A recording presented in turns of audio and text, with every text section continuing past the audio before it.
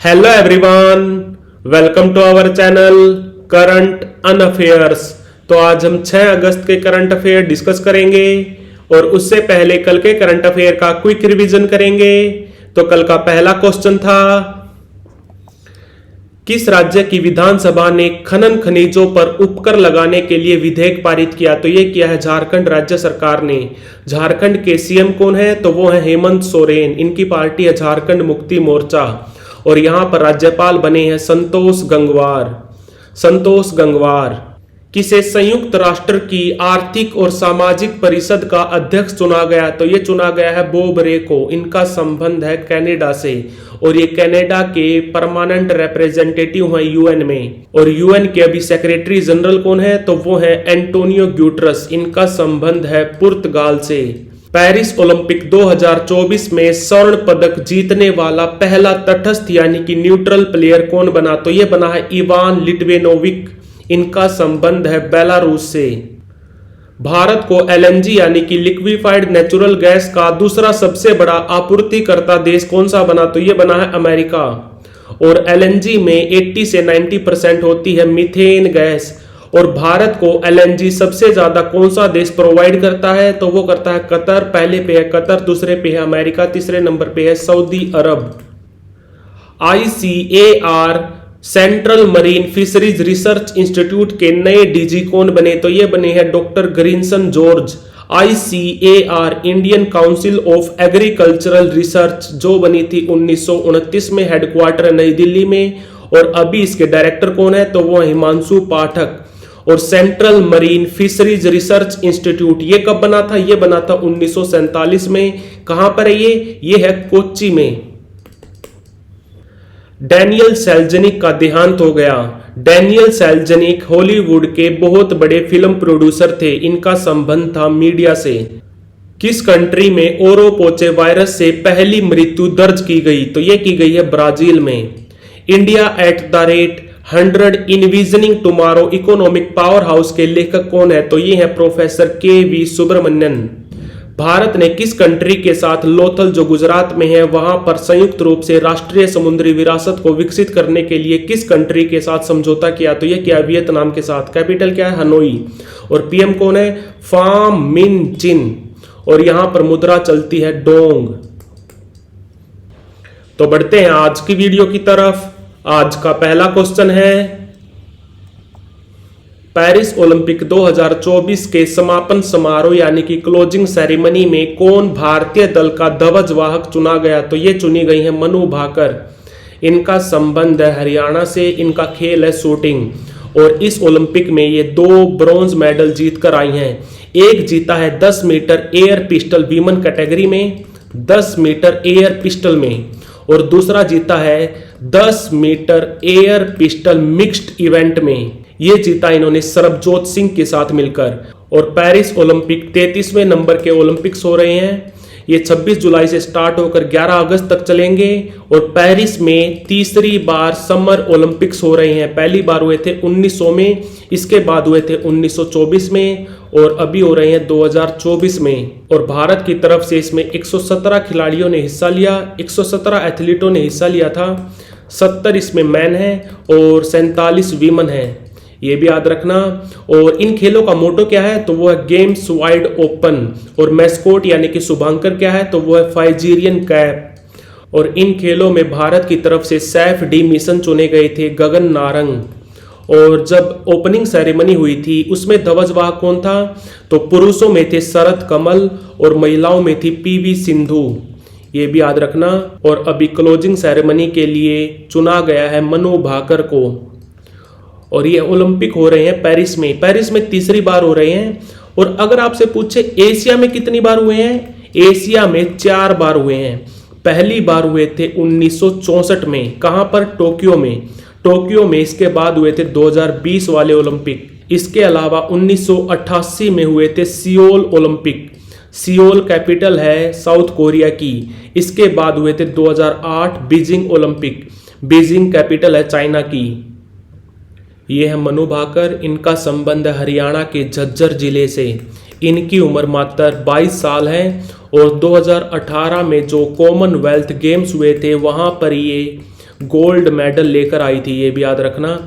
और अभी इस ओलंपिक में इन्होंने 2 ब्रॉन्ज मेडल जीते हैं।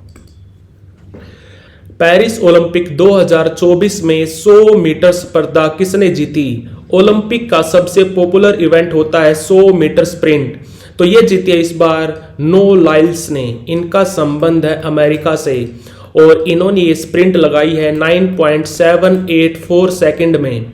और दूसरे नंबर पे रहे हैं किसने थॉमसन, इनका संबंध है जमैका से और इन्होंने 100 मीटर स्प्रिंट लगाई है 9.789 सेकंड में। तो आप देख सकते हैं पहले और दूसरे नंबर के खिलाड़ी में कितना अंतर है, 0.005 सेकंड का।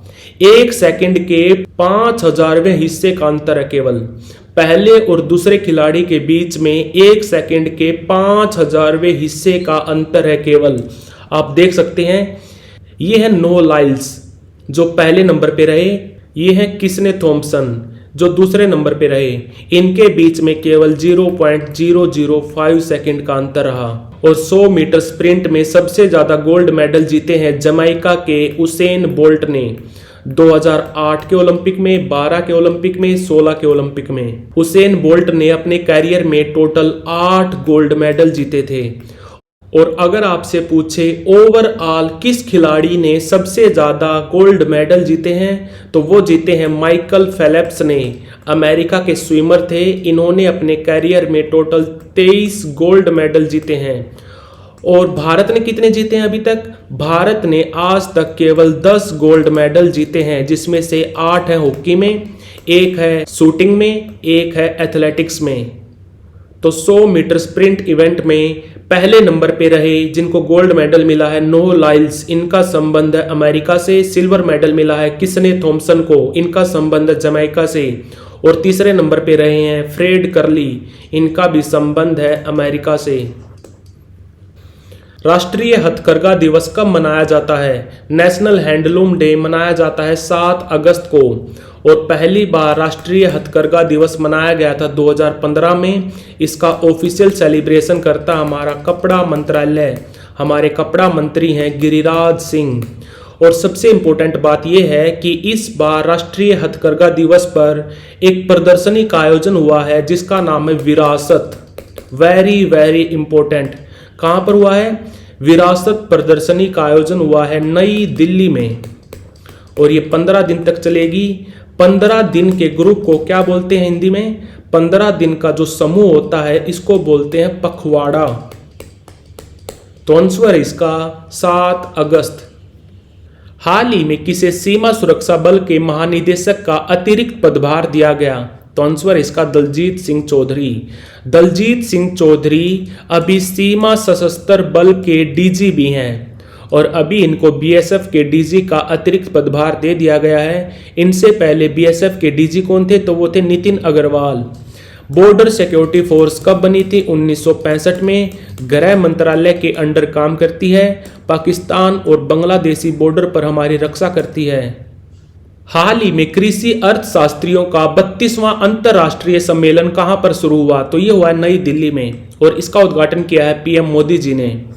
और आपको बता दूं नई दिल्ली में अभी थोड़े दिन पहले 46वीं वर्ल्ड हेरिटेज कमेटी की मीटिंग भी हुई थी। वर्ल्ड हेरिटेज कमेटी की मीटिंग पहली बार भारत में हो रही थी। कहां पर? नई दिल्ली में। और इस मीटिंग में टोटल 24 वर्ल्ड हेरिटेज साइट को जोड़ा गया। इनमें से एक भारत की है, कौन सी? मोईदाम। मोईदाम कबर के टीले कहां पर हैं? असम में। तो अभी भारत में टोटल 43 वर्ल्ड हेरिटेज साइट हो चुकी हैं। भारत की 4 साइट्स को पहली बार 1983 में वर्ल्ड हेरिटेज साइट के रूप में जोड़ा गया था। अजंता की गुफाएं, एलोरा की गुफाएं, ताजमहल और आगरे का किला। अजंता और एलोरा की गुफाएं कहां पर है? महाराष्ट्र में। और साल कौन सा था ये? साल 1983 में भारत की 4 साइट्स को पहली बार वर्ल्ड हेरिटेज साइट का दर्जा मिला था। यह भी याद रखना। तो आंसर इसका नई दिल्ली। हाल ही में किस शैक्षणिक संस्थान ने एक वेब पोर्टल लॉन्च किया है जिसका नाम है निवाहिका? तो यह लॉन्च किया है एनआईटी कैलिकट ने और कैलिकट को बोलते हैं कोझिकोड। और कोझिकोड शहर को यूनेस्को ने सिटी ऑफ द लिटरेचर भी घोषित किया है। यूनेस्को ने कोझिकोड को साहित्य शहर भी घोषित किया है। और बात करें अगर एनआईटी की, तो भारत में टोटल कितनी एनआईटी हैं? एनआईटी हैं 31। National institute of technology, Indian institute of technology कितने हैं? तो वो है 23। और जो आईआईएम है वो कितने हैं? तो वो है 21। एम्स कितने हैं? एम्स हैं 25। तो आंसर है इसका एनआईटी कैलीकट। हाल ही में भारत और रूस की नौसेना ने एक युद्ध अभ्यास किया है, MPX मैरीटाइम पार्टनरशिप एक्सरसाइज। इसमें भारत के किस जहाज ने हिस्सा लिया? तो ये लिया है INS तबर ने। और अभी अभी रूस ने अपना नौसेना डे मनाया था। रूस की नौसेना को बने 328 साल कंप्लीट हो चुके हैं। इसमें हिस्सा लिया था INS तबर ने। और अभी जो भारत और रूस के बीच में युद्ध अभ्यास हुआ है, नौसेना युद्ध अभ्यास हुआ है, जिसका नाम है मैरीटाइम पार्टनरशिप एक्सरसाइज, इसमें भी हिस्सा लिया है INS तबर ने। और INS शिवालिक यह हमारे पूर्वी बेड़े का सबसे बेस्ट जहाज डिक्लेयर हुआ है, INS दिल्ली। और INS शिवालिक ने अभी अभी रिम पैक युद्ध अभ्यास में हिस्सा लिया। INS विक्रांत यह भारत का पहला देसी एयरक्राफ्ट कैरियर है। इसको किस कंपनी ने बनाया था? तो वो बनाया था कोचिन शिपयार्ड लिमिटेड ने। कोचिन शिपयार्ड लिमिटेड का हेडक्वार्टर है कोच्चि में। तो आंसर इसका INS तबर। हाल ही में यामिनी कृष्णमूर्ति का देहांत हो गया। उनका संबंध किस क्षेत्र से था? तो उनका संबंध था नृत्य से। जो भारतनाट्यम डांस शैली होती है, भारतनाट्यम और कुचिपुड़ी, इसकी एक्सपोनेंट थी यामिनी कृष्णमूर्ति। इनको साल 2016 में पद्म विभूषण भी मिल चुका है। भारतनाट्यम नृत्य शैली है तमिलनाडु की और कुचिपुड़ी डांस शैली है आंध्र प्रदेश की। और भारत के टोटल 8 क्लासिकल डांस हैं। कौन से?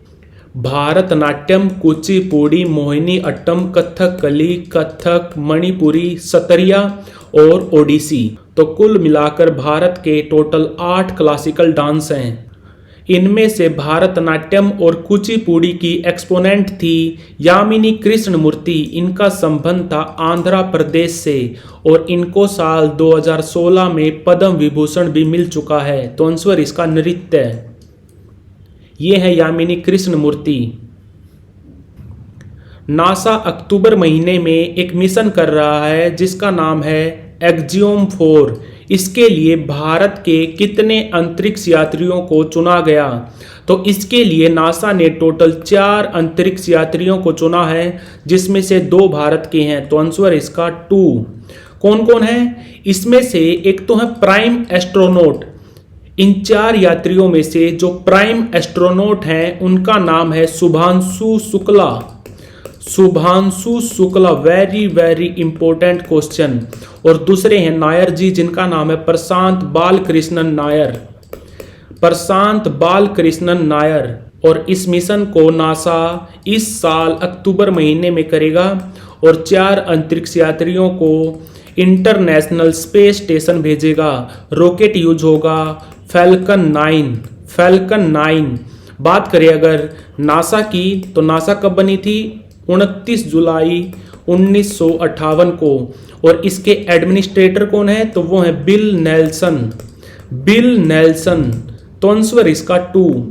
2 भारतीय अंतरिक्ष यात्रियों को चुना है नासा ने, शुभांशु शुक्ला और प्रशांत बालकृष्णन नायर। ये है शुभांशु शुक्ला और ये है प्रशांत बालकृष्णन नायर। तो like, share, subscribe. Thank you for watching Current Affairs.